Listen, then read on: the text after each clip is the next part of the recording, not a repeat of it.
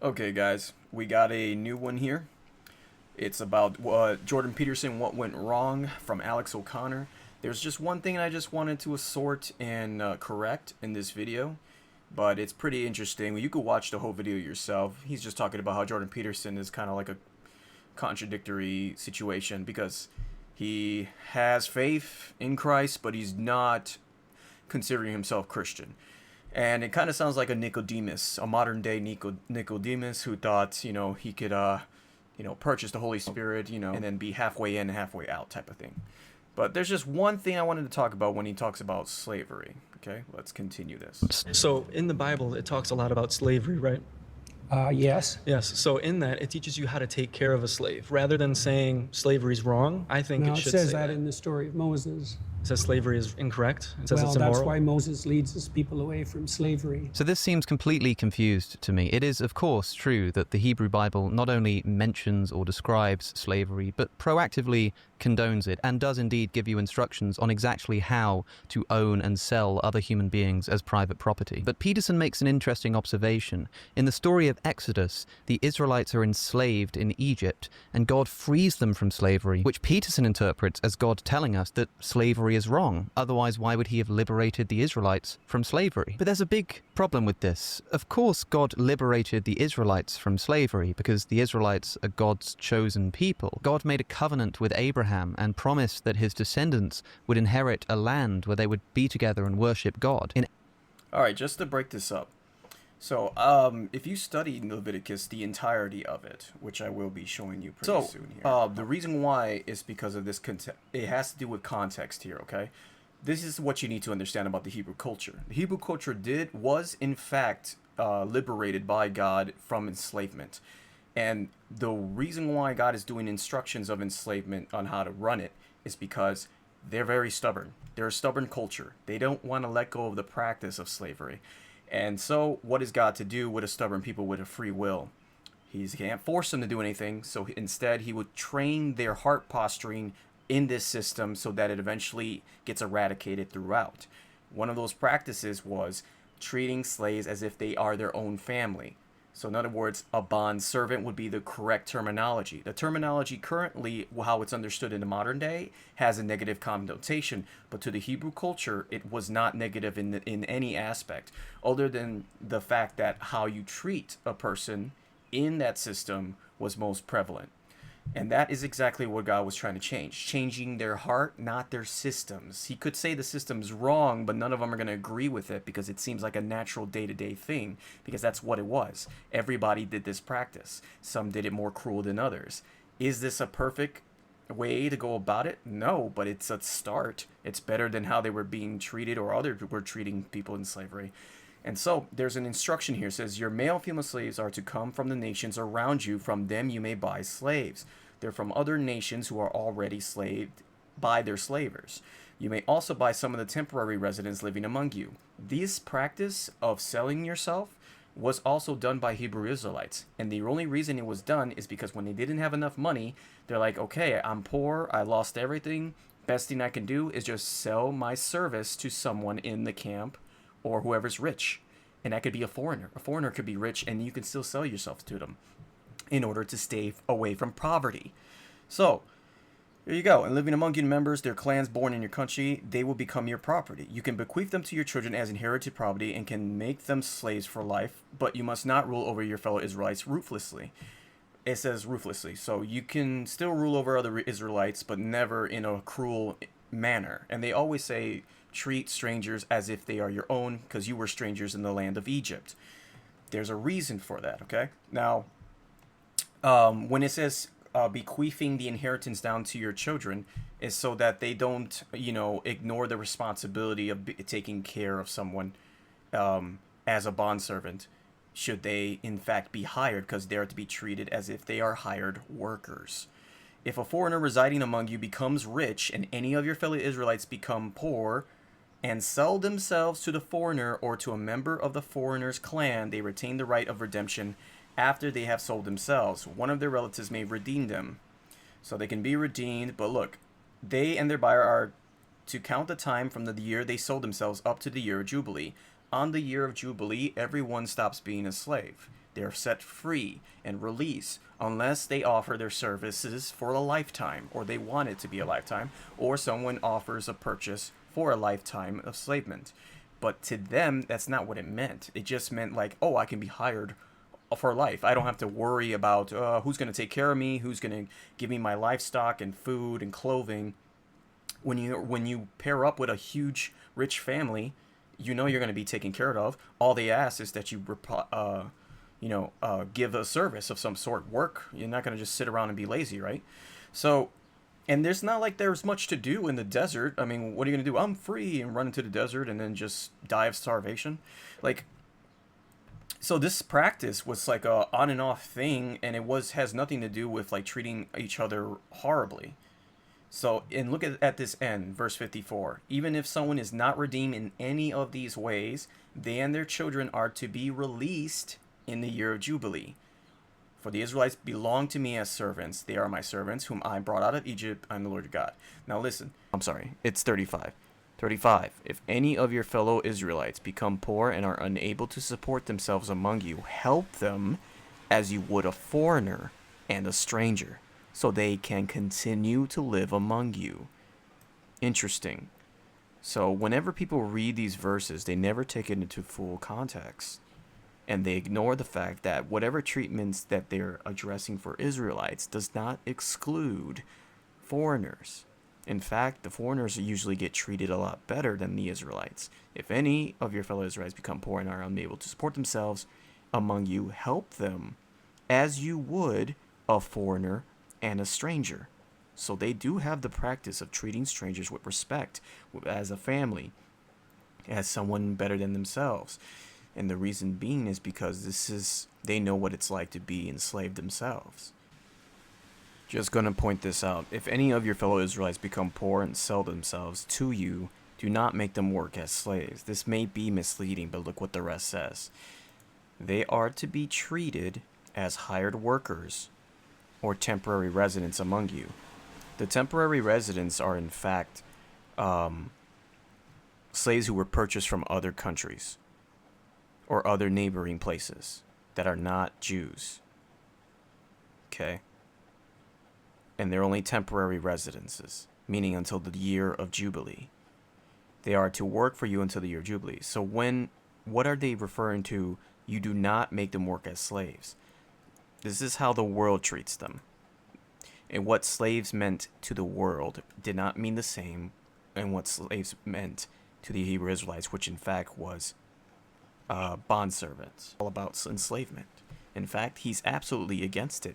But you can see that it is a prevalent practice that this is done on the foreigner side and in the Hebrew camps. It doesn't matter. This is a normal system. They don't think it's wrong. And when you have an entire group that doesn't think it's wrong, now you have subjective moralism, right? So subjectively, they don't think they're wrong. And if you don't even believe in a God, how can you claim what they're doing is wrong when they all agree that they are okay with this practice? While God is simply trying to change how they think within this practice so that cruelty will be put to an end. And eventually, with this practice comes the thought we should probably abolish this altogether because it's not right to own someone.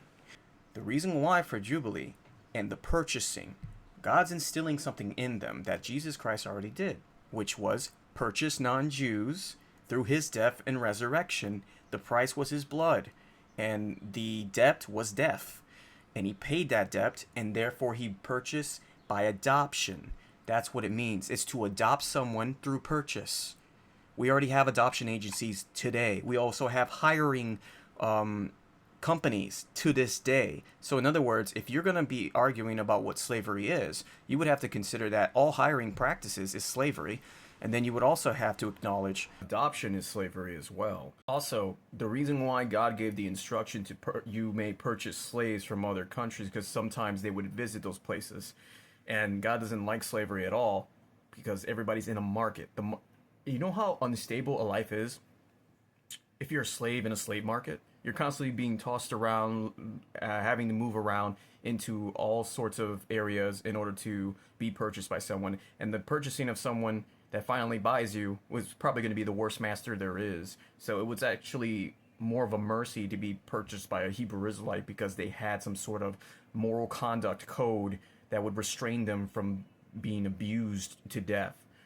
Now there are practices that started happening around like in Moses' camp in time where he had to like develop new laws and new rules because the Hebrew Israelites were very stubborn and some of them weren't all good people. Okay, some of them screwed up too. But the fact that they had a conduct meant that that was what's going to restrain them, and they knew that if whenever they would break such conduct, death was at their door, because they also had the Ark of the Covenant, which was basically God right there in the camp, always present. So any sort of sin that was done would be told to Moses, and Moses would have to settle it, and if it wasn't settled, then everybody's going to have to pay for it through God's own judgment, which was more permanent than, you know, the smaller judgments of the judicial rulings. So you have that, okay? But the whole reason why he's just purchasing in other countries is so that way there can be one huge family without to put an end to the constant selling. If it's going to be a constant selling, have it in-house and only do selling because you want to get someone out of poverty or you want someone to be taken care of and assured that their bloodline will continue, or maybe you want them to intermingle with the family as well. Like, there's so many various reasons why they did this practice, and it wasn't just so they can be like, I own a person. It has very little to do with that. It has more to do with a debt system between each other. And there's even a verse that says, this is the law of the stranger. You are to treat the stranger as your own, for you were strangers in the land of Egypt. By that verse alone, that explains how they were to approach foreigners when they would come into their land, whether they're slave or free. No matter what, they were to treat them as if they are their own family. This is why the terminology is incorrect. It should definitely, indefinitely be called bond servant. Bonded in service to the family. Adoption through purchase as how it should be. But the fact that modern day understanding of slavery is tied to a more recent history that has nothing to do with the Hebrew culture, which is further than the history of the slavery that most Americans know. Okay? That slavery was a whole different type of ball game, okay? Depending on what area or culture. This one specifically Hebrew culture. You should probably look into the enslavement of other cultures and how bad that was, because it can get pretty bad. Not that every single culture was like far worse than the Hebrew Israelites, okay? I'm sure that there were some pagans that treated their people just as well.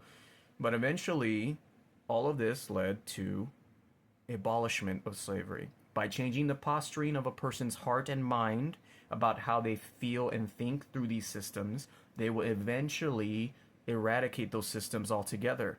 Because that's what needs to change first, inward, not outward.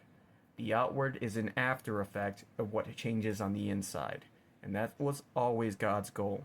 He doesn't want to just eradicate the external version of sin. He wants to eradicate sin deep in the heart and deep in the mind. And that always begins exactly where I just said, the heart and mind. Any type of service to a company is while being paid for it or being a hired worker is also slavery. Because that's what it is. You're just working and pairing up with this company so that you can afford your bills. No different.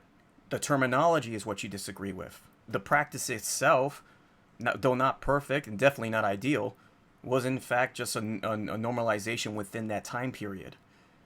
But God was trying to posture their heart. See, you keep thinking about change that has to be external. It's not about the external, it's about the internal. God's more focused on changing you on the inside so that the outward practices will eventually change.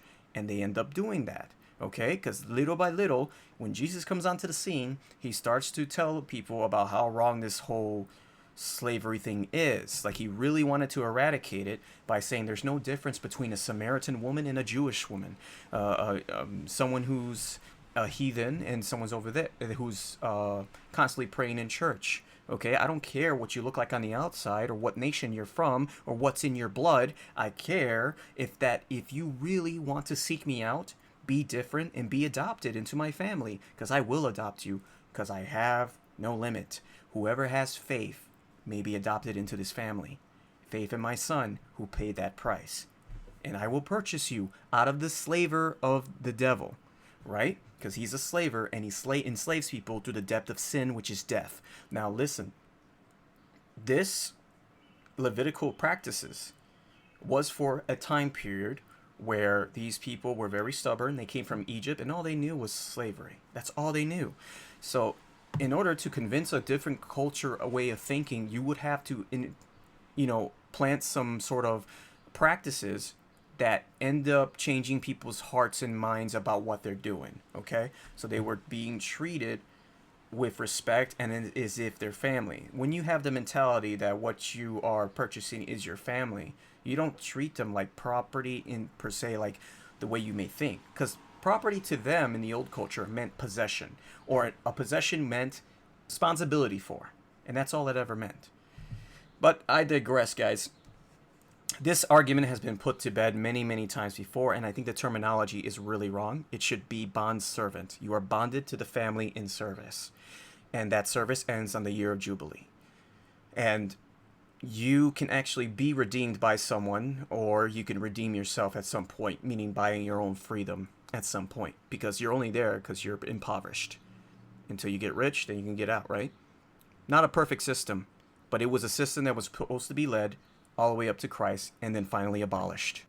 So please consider this. Before being offended, you must understand the culture. You must understand what it means to them, not to you.